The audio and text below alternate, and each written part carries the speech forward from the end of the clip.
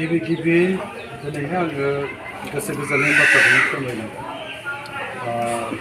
नोंथांमोननि बे खौरां बिजोंनि गेजेरजों बर'फोरनि अनसायगावनाय खुंथायनि जि मोनसे लखिमपुर जिल्लानि सिङाव थानाय धुलिसु बुंनाय बर' गामि, बे बर' गामियाव जोंनि थांनाय 2021-22 मायथाइनि रां बावजा बेनि दारैहाय सरकारा जोंनो गासै 13,50 लाख रां हरनाय। दा बे रांनि गेजेराव बुंनो थाङोब्ला 10 लाख रांनि बे गामियावहाय धुलिसु बर' गामियाव ब्रह्म मन्दिर कमिटि हल भवन बेखौ लुफुंनो थाखाय जोंहा जोंनि गावारि खुंथायनिनो लेङाइ मासिगिरि सृजन बसुमतारी बिथांनि जि मोनसे नाजानाय बा बिथाङा जि थांखि बा बिथांखिखौ जोंनो आजावहोनायाव दिनैनि बे ब्रह्म मन्दिरनि महर मोनसे बेवहाय गेबेङै महर मोननाय बा लुफुंनो हानाय जायो। बेखौ आङो बुंनांगोन। गुबैयैहाय गिबि बर'फोरनि गेजेराव ब्रह्म मन्दिर जानो हागौ बेनो गिबि खेब बेखेवनाय जानो हागौ। दस्रायाव जेरावबो बेखेवनायनि जेबो हाबाफारि लानाय जोंनि काउन्सिलनिफ्राय जा बेनो गिबि, ओंखायनो बेयो मोनसे जारिमिनारि मोनसे हाबाफारि दिनैनि बे हाबाफारिया। बेखायनो आं खोब गोजोननायबो मोनदों। आरो जोंनि मावनो लानाय गोबां खामानिफोर दङ, जाय खामानिफोरखौ जोङो फारि फारि मावनो नांगौ। दा जोङो मोनसे इन्ट्रिम काउन्सिलाव दंफैयोखाय जोंनो सरकाराबो गोबाङै रां हरबाय। जि मोनसे खाबु दङब्ला बेखौ हरथ'नाय जायाखै, मानोना जोंनि काउन्सिला बिसायख'थि खुंनांगौ दं। बिसायख'थिनि गेजेरजों जोङो आबुं मोनसे जोंनि खुंथायखौ दानानै लानांगौनि बाथ्रा दं। बेनि उनावसो जोङो प्लेन नन प्लेन बाजेट फैगोन, राङा बुरजा फैगोन। राङा बुरजा फैब्लानो जोंनि मावनो लानाय आजावनाय बिथांखिफोराबो गोबां दंखायो नालाय बेखौ मावफुंनो हानाय जाहैगोन जोङो। ओंखायनो जोङो एसे नेथ'बावनांगोन। अब्लाबो दिनैहाय जोङो जि एसे रां हरदों सरकारा, बे रांखौनो जों रायजो राजानि मोजांनि खामानियाव जोङो जागायजेनबाय। बे मोनसे जागायजेननाय आगान बियो। आरो जोंनि मावनांगौआथ' गोबाङानो दङ। दा जोङो दिनै बावहाय ब्रह्म मन्दिर कमिउनिटि भवनखौ बे गामियाव धुलिसु लखिमपुर जिल्लानि सिङाव थानाय बे बर' गामियाव दिनै बेखेवनायनि हाबाफारि बेखौ जों मावफुंखांबायानो। दा नोंगौ बर'फोरनि गेजेराव थांनानै थानायाव धोरोमाबो एंगारनो हायै मोनसे जोंनि गनायनो गोनां मोनसे बेयो मोनसे बिजों होननांगोन। धोरोमनि गेजेरजों जोङो जोंनि हारिनि आसार खान्थिफोर, जोंनि थांनानै थानाय जोंनि सिभिल समाजखौ बोरै मोजां खालामनो हायो, शिक्षा दिक्षानि बाथ्राखौ बुङोबा, सोलोंथाइनि बाथ्राफोर बुङोबा, जोंनि थांनानै थानांगौनि बाथ्रा, बेफोर गासैबो दिगफ्रा धोरोमनि गेजेरावहाय बा धोरोमनि गेजेरजों जोङो जोंनि समाजखौ गोग्गो खालामनायनि हाबाफारिखौ धोरोम सिबियारिफ्रा मावलांनो लुबैयोहाय। गुरुदेब कालिचरण ब्रह्मआ जोङो जाय मोनसे मोन्थोरखौ होलांदों, बर' हारि दानायनि गुदि खाम्फा बा गुदि मोनसे लामा बेखेवजेननायाथ' आफा गुरुदेब कालिचरण ब्रह्मनि बाथ्राखौनो जों रायखांनांगौ जायो। बिथाङानो बर'फोरखौ राजखान्थिनि फोथाराव, धोरोमनि बिथिङाव आरो जोंनि बुंनो थाङोब्ला सोलोंथाइनि बिथिङाव, बेफार फालांगिनि बिथिङाव गासैबो दिगावनो बुंनो थाङोब्ला बियो लामा दिन्थिलाङो। दा जोङो बेखायनो बिथांनि बर' हारिखौ लानानै जि मोनसे नोजोरमोन, थांखि दंमोन, जायखौ बिथाङा मावफुंनो हायाखै, दिनैनि गोदान जोलैफ्रा बे आद्रा थानाय हाबाफारिफोरखौ मावफुंनांगोन। बे दिनै जोंनिनो गिलिर बिबान जानानै फैदों। दा बेखौ जोङो रुजुनानै हानायसेबां जोङो मावलांनो नाजागोन। बयबो आइ आफा बिदा फंबाय बिनानाव लोगो लालायनानै बर'नि माहारि गौथुमफोर जों ज' थानानै खामानि मावोबानो जों गोबां बिदिखौ खामानि मावनानै आवगायलांनो हागोन।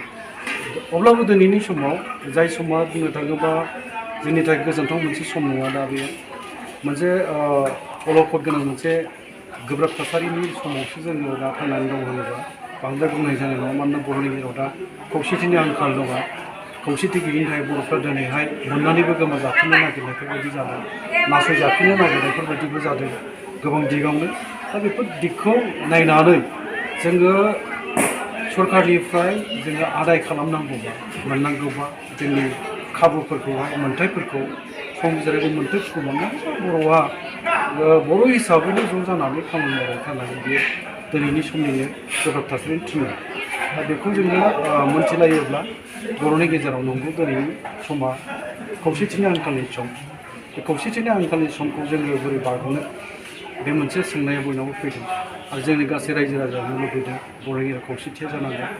जानोबो हागौ जोंनि बड'फा उपेन्द्र ब्रह्मआ बर'फोरनि गेजेराव खौसेथिखौनो सोमावसारनायनि गेजेरजों लाबोनानै सोमावसारनायखौ दैदेनदोंमोन आरो बिथांनि बे सोमावसारनायनि गेजेरजों बर'फ्रा दिनैहाय बुंनो थाङोब्ला मोननै आसामाव अट'नमास काउन्सिल मोनबा बुंजायो मोनसे सिक्स सेड्युल प्रभिजनखौ सोलायस्ल'नानै सोदांनानै बिटिसि दादोंमोन 2003 मायथाइयाव दा बेखौनो बिटिआर नाम होफिननाय जादों आरो बेनि अनगायैबो आसामाव आरोबाव मोनसेबाव सेटेलाइट मोनसे ग्रहसा बिखान्थिनि मोनसे अट'नमास काउन्सिल जायखौ जोङो बर' भाषायाव अनसायगावारि खुंथाय होननानै मिथिनो मोननाय जायो बेखौ जों मोननो हानाय जायो दा जोंहा फोथायनाय दङ भारतनि गाहाय मन्त्रि मानगोनां नरेन्द्र मदि आरो अमित शाहनि दैदेननाय जों मोनसे सरकार आरो आसामाव डक्टर हिमन्त बिश्व शर्मानि दैदेननाय सरकार बिजेपि सरकार बेनि गेजेरजों बर'फोरनि गोबां आंखालानो सुफुंजागोन जेब्ला जोङो खौसे जानानै खामानि मावनो रोङो नाथाय जेब्ला जों खौसे जानानै खामानि मावनो रोंनाय नङा जोंनि जेंना जेथोफोरखौ लानानै सरकारनि सेराव जोङो दाबि दैखांहैनो हानाय नङा बा जोङो बेहैनो रोंनाय नङा अब्ला जोंनिबो गोबां मोननो गोनां खाबुफ्राबो हयथ' जोङो गोमाजाफिननायनिबो खाबु दङ ओंखायनो खौसेथिया दिनैनि समाव गोनांथि आरो खौसेथिया जेब्ला जोंनि बर'नि गेजेराव फैगोन जोङो बुंनो हायो जोंनि गोबां दिगावनो जोङो गोग्लैसोनानै थानाय जि मोनसे जोंनि आंखालफोर दं बेखौ जों सुफुंनानै लानो हायो आरो सार बेनि गेजेरजोंनो जोंनि बर' रायजो राजाया मिथिनो लुबैयो जोंनि बर' कसारि काउन्सिलनि बिसायख'थिया माब्ला जागोन बेनि सोमोन्दै बेयो जोंनि आखायाव गैया जोङो जि मावनांगौ हाबाफारि दङ जों मावजोबबाय सरकारनो गथायजोबबाय जोङो दा बुंनो थाङोब्ला आसामनि मानगोनां गिबि मन्त्रि बिथां आरो जों डेपुटि आरो बिसि डिपार्टमेन्टनि मानगोनां मन्त्रि डक्टर मनज कुमार पेगु बिथांमोननि सायाव थाहैबाय बिथांमोनहा मावनानै होनो सम थासारिखौ नायनानै माब्ला गावसोरनि थाखाय खाबजानाय सम मोनो बा गावसोर थिग जागोन बेबायदि सानो बे समाव बिथांमोना फाथिहैदों जोंहा फोथायनाय दं नाथाय जों नारसिनगोन जोंबो नारसिननायखौ खम खालामनो नागिर बाङाय खालामनो नागिराखै नारसिननानै जोङो जेसे हायो एसे थाब जोंबो बर' कसारियाव मोनसे गावारि खुंनायनि बिसायख'थि खालामनाय बा जाजानायखौ जों लुबैदों नङाब्ला जोंनि माखासे मोननो गोनां रांफ्रा बिदिनो जों लुबैनाय बायदि जों मोननो हानाय नङा ओंखायनो मोनसे बिसायख'थिनि गेजेरजों सायख'जानाय जोंनो खुंथाय खाबु बा जोंनि खुंथाय बेखौ जों मोननो हानांगोन नङाब्ला जोंनि रायजो राजा लुबैनाय जों लुबैनाय बायदि जों खामानि मावजोबनो हानाय नङा रायजो राजा बेखौनो लुबैदों बा सानदोंबो मानो दाबो बिसायख'थिनि बाथ्राफ्रा मानो फैयाखै बेखौ मोनसे सोंनाया हयथ' दङ जानांगौ आच्चा बे जोङो जोंनिफ्राय समस्थिनि दानायनि बाथ्रा गामिखौ फोसावनांगौनि बाथ्रा गामिनि जेसेबां लिस्ट होनांगौ जिल्लायाव बेसेबां गामि दं बर' गामि दं जों गथायजोब्बाय दा सरकारनि आखायाव दङ दा बे जोंनि बाथ्रा नङा जों खालि नारसिननोल' जोङो हागोन आरोखि बे सरकारा जेब्ला गावसिनि खाबु बा खाबजानाय मोनसे सम बोथोर फैगोन बेजोंसो खाबजानानै बिथांमोना बिसायख'थिखौ खालामहैगोन अब्लाबो जों नायनि जों नारसिननायखौ खालामलांनो नाजागोन दिनै बे गोथार बुब्लि जोंहा जोंनि थाखाय जोबोद रंजानाय गुलैसुख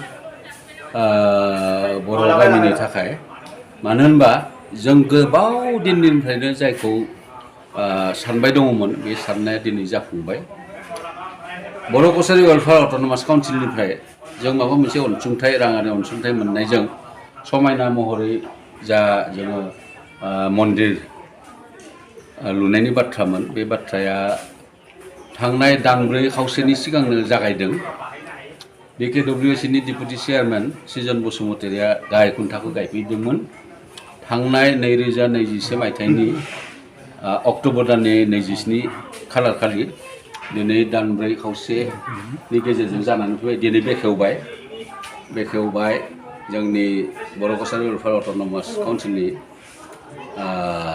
चिफ एग्जिकिउटिभ मेम्बार मिहिनेश्वर बसुमतारिया जों गोजोननाय मोन्दों गुलैसुख गामिनि रायजोआ बेनि थाखाय गोजोननाय मोन्दों जोंहा सिबिसालि गैयामोन बायला जिला महराव दङमोन गोदान महर मोनबाय राङारि अनसुंथाइ 10 लाख मोननानै बे खामानिया दिनै जाफुंबाय जोंहा गोजोननाय दङ आं सानो बे गोजोननायनि लोगोसे आरो आं खावलायबावनो सानो BKWCखौ जोङो बाउन्डारि वालनि बाथ्राखौ जोङो साननांसिगोन मानो होनबा बेयाव अखानायब्लानो गथ' गथायफ्रा गेलेफैगोन आरो खिला हासुला खालामगोन बोरमा मोसौ बायदिसिनाफ्रा फैनानै बेयाव थाफैगोन बारखोगोन बेयाव दा प्रटेक्सननि थाखाय बाउन्डारि वाल नांगोन जाया आरो समायखाया मन्दिरफ्रा फरायसालिफ्रा बाउन्डारि वाल नङाब्ला समायखाया बे हिसाबै जोङो एसे सिगाङावनो जों खावलायदों मा खालामसै बबेनिबा डिपार्टमेन्टनिफ्राय जोंनो होयोब्ला जोङो बाउन्डारि वालखौ गिबियावनो लुग्रोगोन आरो